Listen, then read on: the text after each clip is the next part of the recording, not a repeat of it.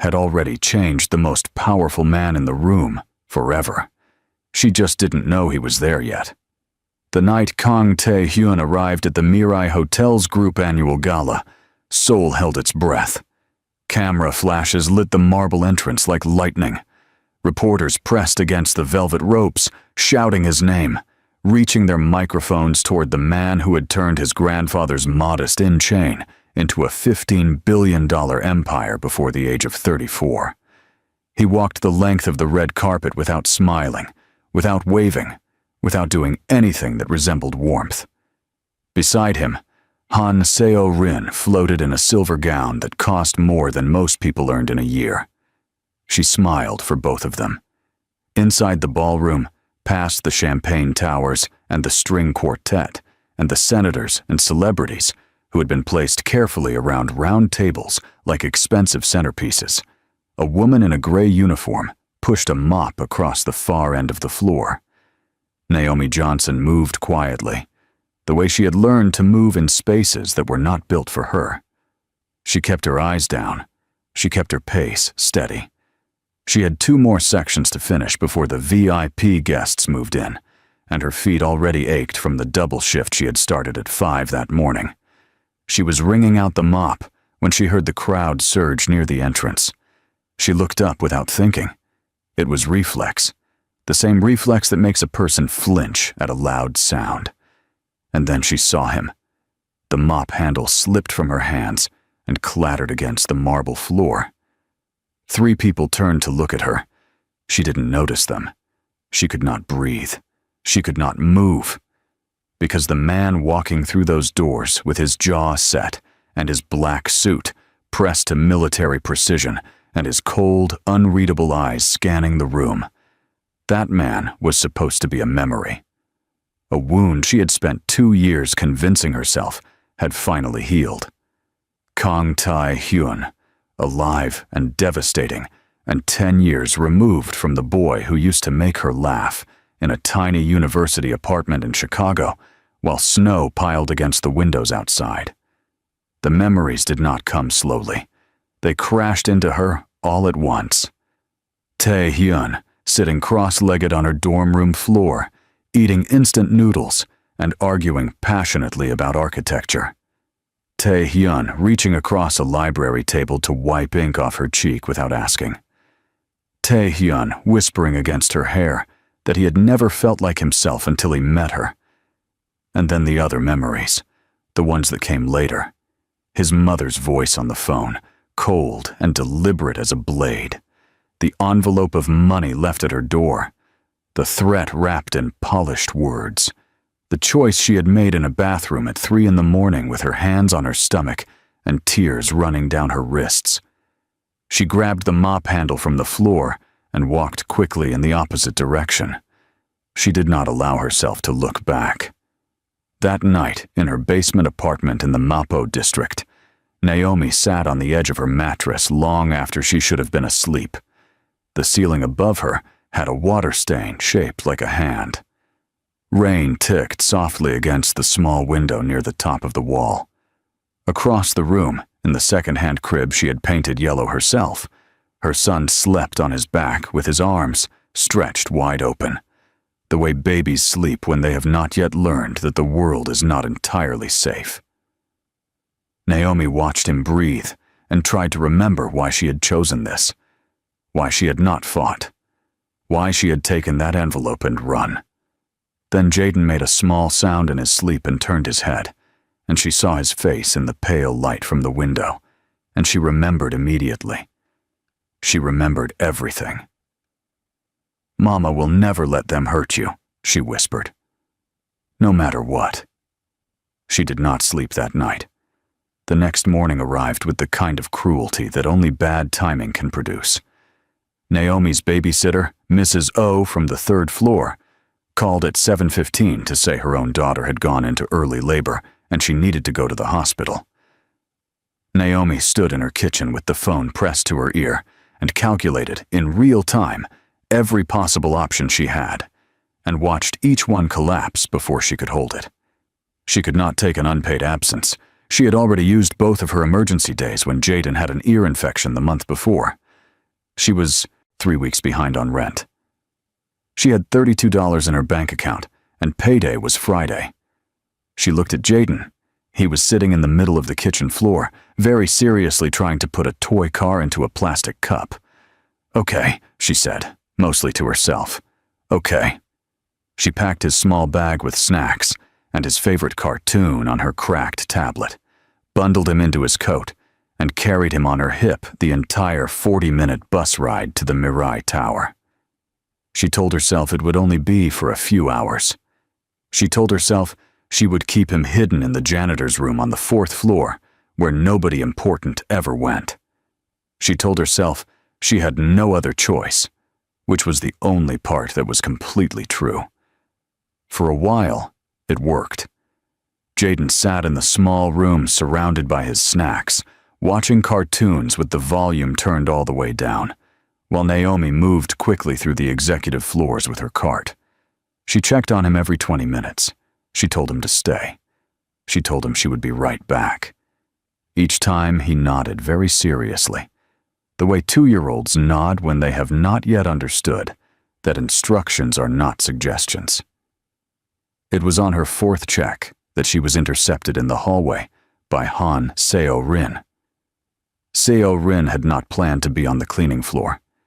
She had come to find Tae-hyun's assistant to complain about the placement of her name card at last night's gala, and she had taken a wrong turn, and finding herself in a hallway that smelled of cleaning solution and felt beneath her, she had already decided someone was going to feel her irritation about it.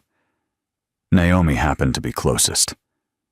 "You," Seo-rin said, pointing at her the way someone might point at an object that had been placed incorrectly. "Did you clean the executive lounge this morning?" "Yes, ma'am," Naomi said. "There is a streak on the glass partition. I saw it when I walked past. It's unacceptable." "I'll fix it right away. Are you rushing me?" Seo-rin's voice sharpened. "I'm speaking to you." "No, ma'am, I'm sorry." Seo-rin stepped closer, looking Naomi up and down the way a person inspects something they are considering returning. Then she reached out and flicked the collar of Naomi's uniform with 2 fingers. "You have a stain on your uniform. That's a reflection of this company, of my fiancé's company." She paused to let that land. "What's your name?" "Naomi Johnson." "Well, Naomi Johnson, if I see another streak on that glass, or another stain on your uniform, or if I see your face in any area where I am present, I will personally speak to management about whether your position here is still appropriate." She smiled, and it was the most dangerous kind of smile, the kind that has been practiced. "Do we understand each other?" Naomi kept her face completely still. "Yes, ma'am." It took everything she had. She was still standing in that hallway, breathing slowly through her nose, when the call came through on her work radio. Security on the 38th floor was reporting a small child wandering the executive corridor. Naomi's blood turned to ice. The boardroom on the 38th floor held 22 of the most important business figures in South Korea. The merger being discussed at that table would restructure the telecommunications landscape of 3 countries. Kang Tae-hyun sat at the head of the table, his expression carved from stone, listening to a senior executive walk through a 60-slide financial projection with the grim patience of a man who had already identified every flaw in the presentation and was waiting for the speaker to catch up. The room was so quiet that when the large double doors at the end slowly, silently swung open, everyone heard them. Nobody moved at first. They all assumed it was an assistant with a message. They waited for the click of professional shoes on the hardwood floor. Instead, what they heard was the soft, uneven pat, pat, pat of small hands and knees moving across the surface. Jaden crawled into the boardroom holding a red toy car in one fist and looking around with the calm, observational interest of a scientist entering a new habitat. He paused just inside the doors, sat up on his knees, and surveyed the long table full of frozen adults with genuine curiosity. Somewhere at the far end of the table, a junior executive made a sound that was almost a laugh and immediately suppressed it. Jaden's eyes moved down the table slowly, passing face to face, until they landed on the man at the head. He stared. He tilted his head slightly.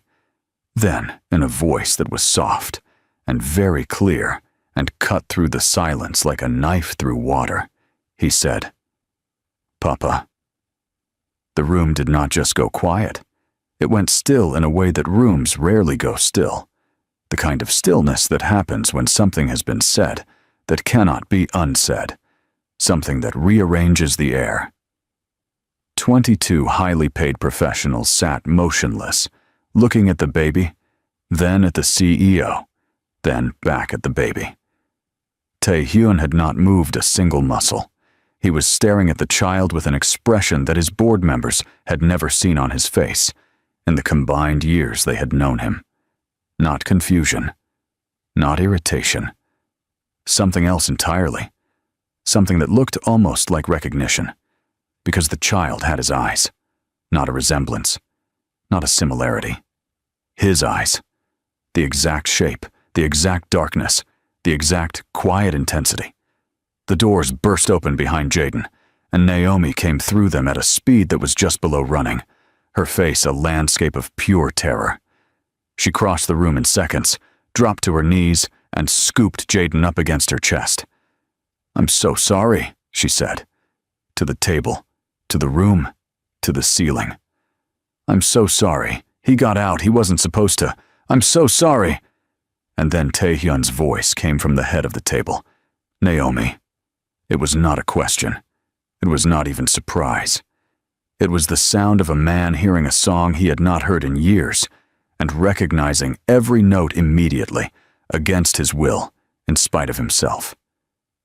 Naomi went rigid. Slowly, the way a person turns to face something they know will change everything.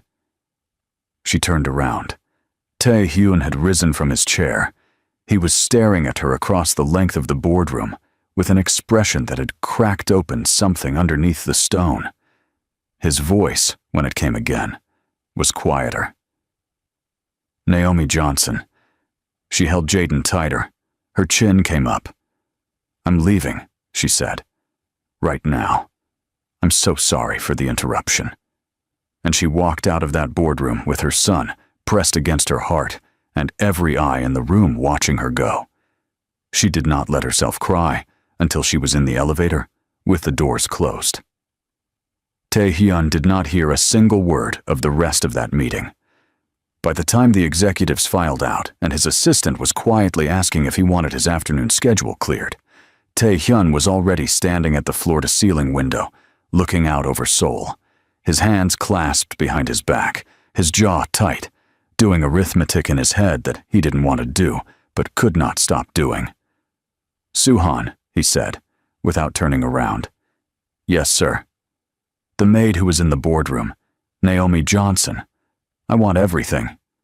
Where she lives, how long she's worked here, who she is. Sir, today."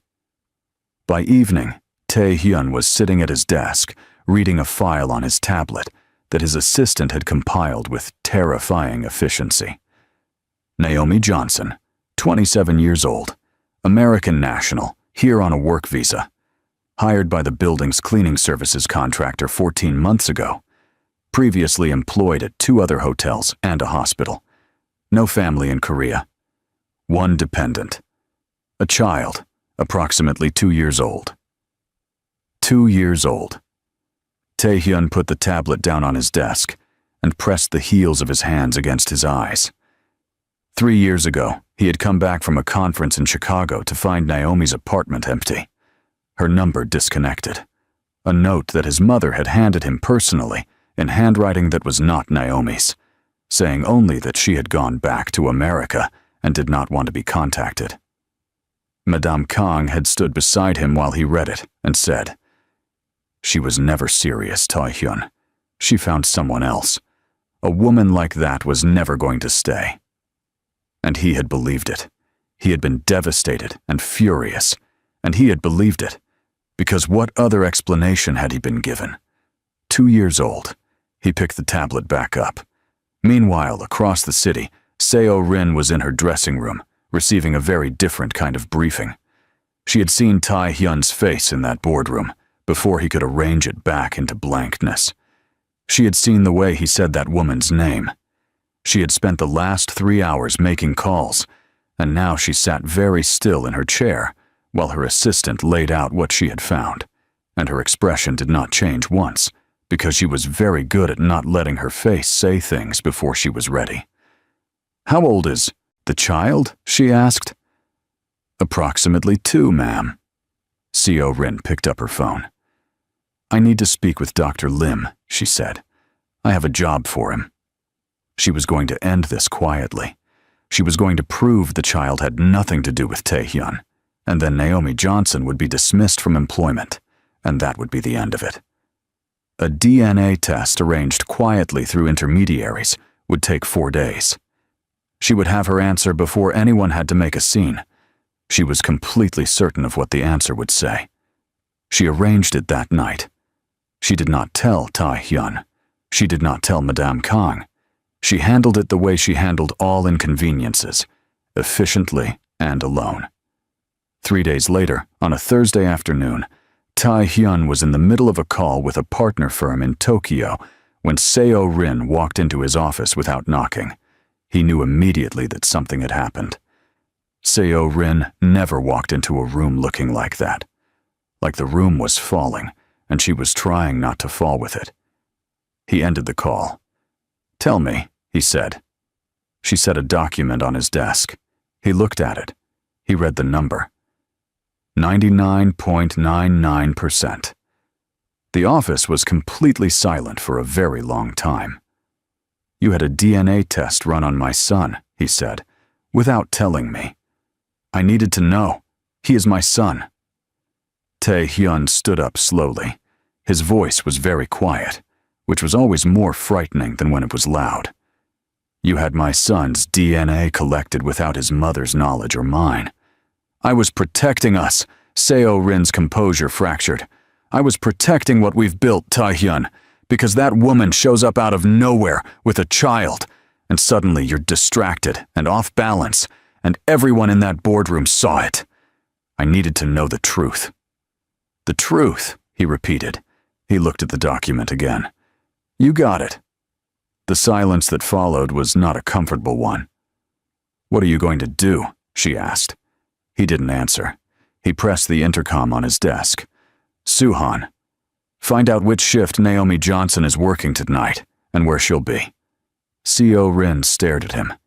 "Taehyun, I think," he said, carefully and finally. "You should go." That same evening, just after 9 o'clock, a security footage clip began making the rounds on social media. Nobody was certain who had released it, though the investigation that followed would eventually point to a junior staff member from the building's monitoring room who had been approached by someone the investigation could never quite identify. The clip was 47 seconds long. It showed the interior of the Mirai Tower boardroom from above. It showed a small child crawling across the floor toward a long conference table. It showed the child looking up at the man at the head of the table, and it captured, just barely, in the quietest audio, the child's voice saying a single word. By midnight, it had 600,000 views. By 3 in the morning, it had 3 million. The comments were an avalanche. "Secret billionaire baby? Wait, who is this woman? She works as a maid?" The way he just froze when the baby said that. She's been cleaning his building for over a year, and he didn't know? This is insane. I need the full story right now. By morning, there were reporters outside Naomi's building. She didn't know yet. She was asleep when it started. She woke up at 5:30 as usual, got dressed, started making Jaden's breakfast, and opened her door to take the trash to the end of the hall. The woman from upstairs was standing in the corridor with her phone, showing it to her husband in hushed, excited tones. They went quiet when they saw Naomi. Naomi took the trash out. She came back inside. She sat down at the kitchen table and opened her own phone. She found the clip in 3 seconds. She watched it 4 times. Then she put the phone face down on the table and sat very still, while Jaden came toddling out of the bedroom dragging his toy car, looked up at her face, and said, "Mama?" She pulled him into her lap and held him tightly against her chest, and he patted her arm with his small hand, which was something he did when he sensed she needed it, because even at 2 years old, Jaden had learned to read her. She did not make it to work that day. There were 3 reporters on the pavement outside her building by 9 o'clock, and by 11, there were 7. One of them found her name from the building's tenant board and began calling her phone. She turned it off after the first call. She sat on the floor with her back against the door, and Jaden playing with blocks in front of her, and she said to herself, quietly and without drama, "I ruined his life. I brought this on him." And she meant Jaden. She was not thinking about herself at all. She had been sitting there for 2 hours when someone knocked on the door. She assumed it was a reporter. She said, through the door, "Please leave. I have nothing to say." "Naomi." Taehyun's voice came through the wood like something she had built walls against for 3 years, and those walls went down in an instant. "I'm alone. Please open the door." She didn't move for a long moment. Then she got up and opened it. He looked different without the boardroom behind him. He looked, for the first time since she had seen him at the gala, like a person rather than a position. His tie was loosened. There were shadows under his eyes that suggested he had not slept. He was holding nothing. He stood in the hallway of her basement apartment building, looking at her, with an expression that she could not fully categorize, and he said, "I need to know everything." She let him in. They sat at her kitchen table while Jaden played on the floor between them, and Naomi told him. She told him about the phone call from his mother. She told him about the envelope of money pushed under her door and the words that had come with it, precise and devastating. She told him what she had been told would happen to her visa status, to her family in America, if she stayed and fought.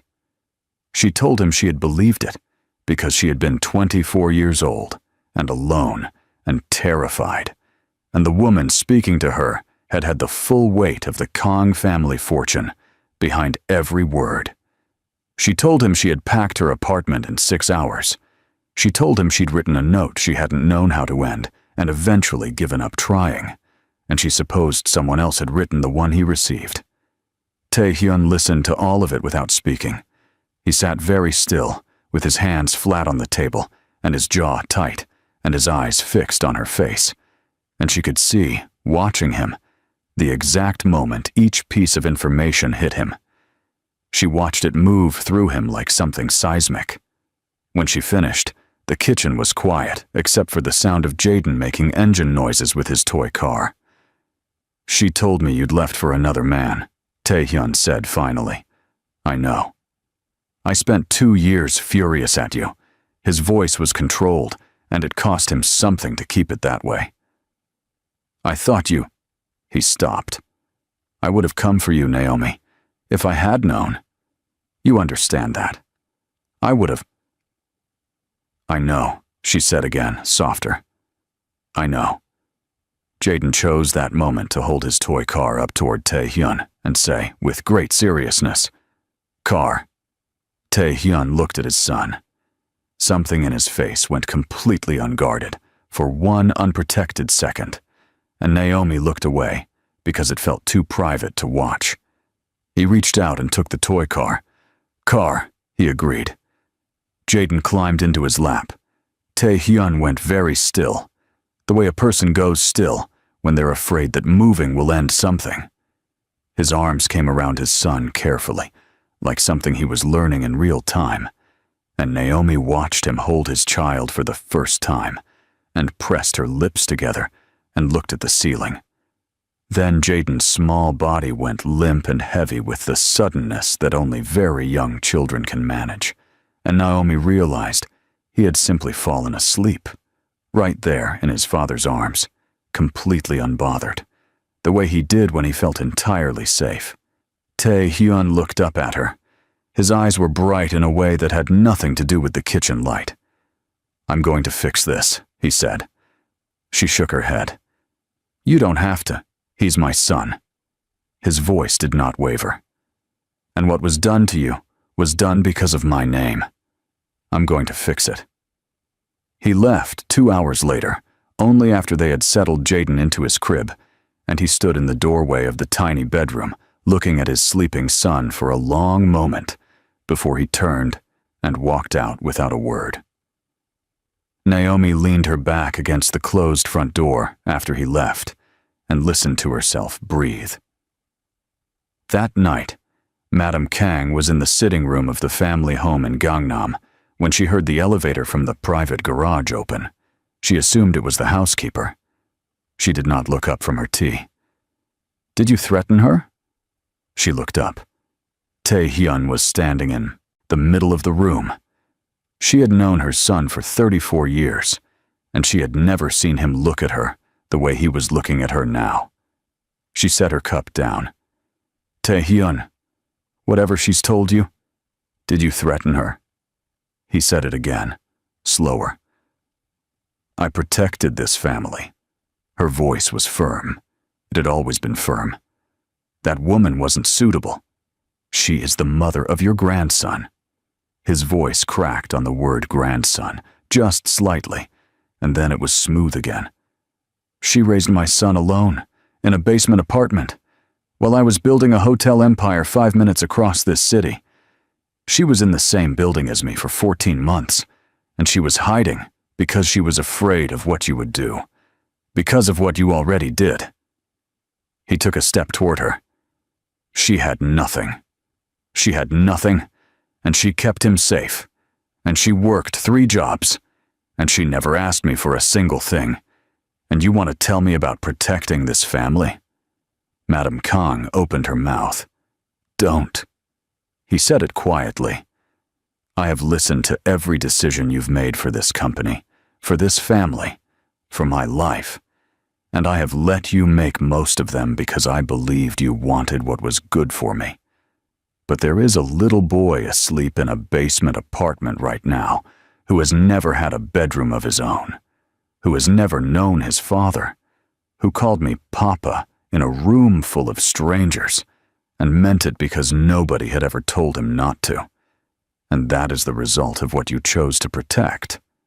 Madame Kang was silent for a long time. When she spoke, her voice had lost some of its certainty. "You don't know what she would have cost this family." "I know exactly what she cost us," he said. "All 3 of us. And it's not a number you can calculate." He turned toward the elevator. "I'm ending my engagement to Seo-rin tomorrow, and I'm acknowledging my son publicly. I wanted to tell you before it happened. Tae-hyun, good night, Mother." The elevator closed. She sat alone in the sitting room for a very long time after that. The press conference the following afternoon was supposed to be a routine business announcement. Tae-hyun had asked Seo-rin to be present, and she had come because even now she could not entirely believe he would do it. Not in public. Not with the cameras rolling and the reporters jostling for position and the quarterly earnings report sitting on every journalist's desk. He did it. He stood at the podium and he said, clearly and without apology, that his engagement to Han Seo-rin was over.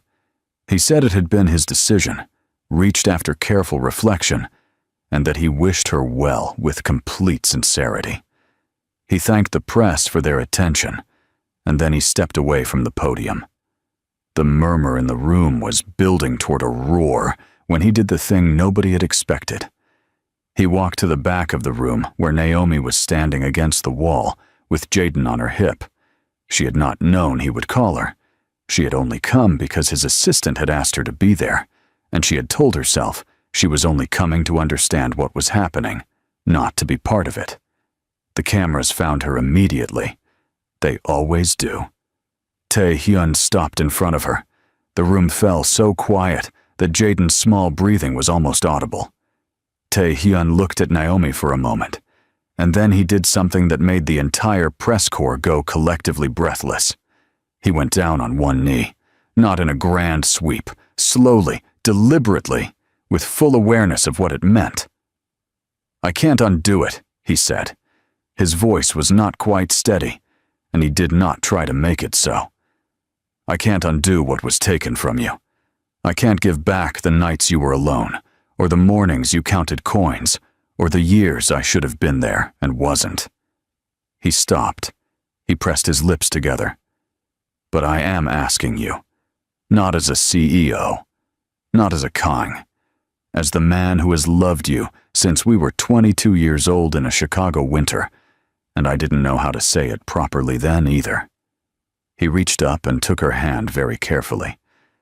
"Let me spend the rest of my life making sure you never have to carry anything alone again. Let me come home to both of you.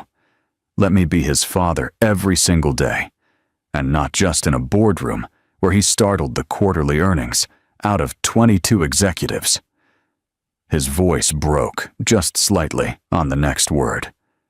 "Please." Naomi was crying. She had been trying not to, but she had lost that battle about 30 seconds in.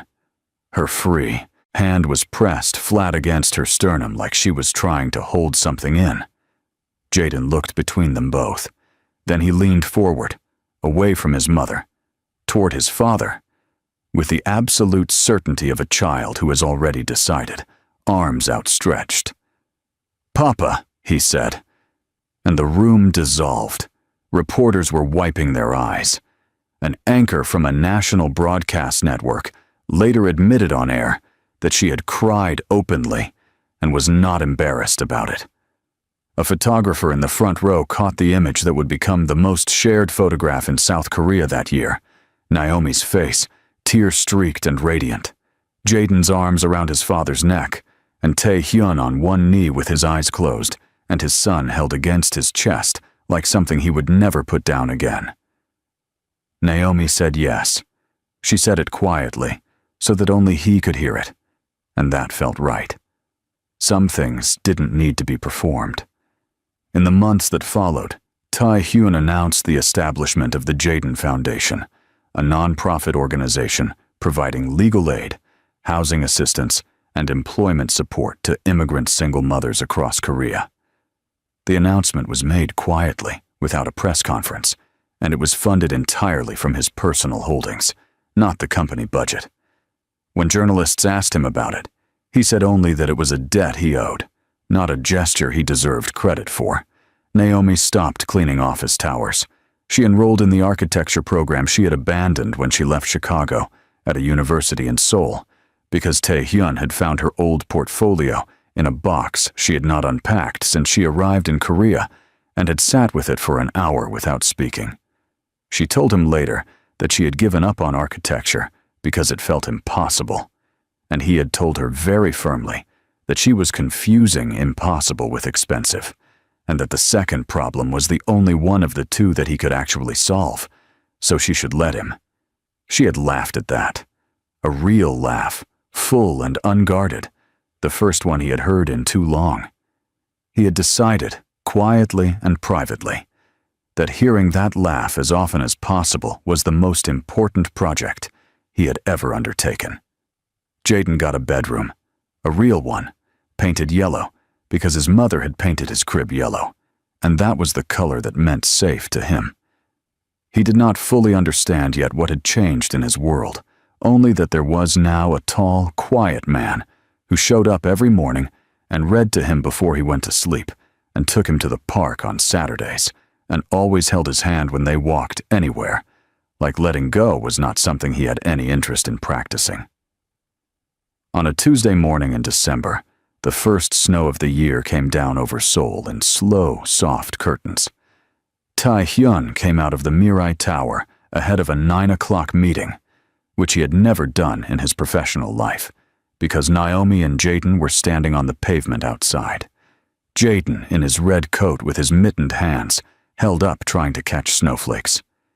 The three of them stood there together, Jaden between his parents, holding both their hands, turning his face up to the sky, with his eyes wide and his mouth open, delighted by something as simple as snow.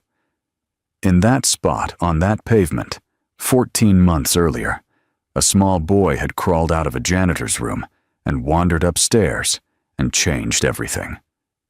Tae-hyun looked across the top of his son's head at Naomi. She was already looking at him. Neither of them said anything. They didn't need to. Some debts are paid not in words, but in ordinary mornings, in school lunches packed, in yellow bedrooms, and held hands, and enough snow to catch in both palms if you stand very still and stay. They stayed. If this story moved you the way it moved us, do something generous right now. Hit the like button and let the algorithm know this kind of storytelling matters. Subscribe so you never miss what we put out next, because we promise you, what's coming is worth staying for. And drop a comment below. Tell us which moment hit you the hardest. Was it when Jaden said "Papa" in that boardroom? Was it when Tae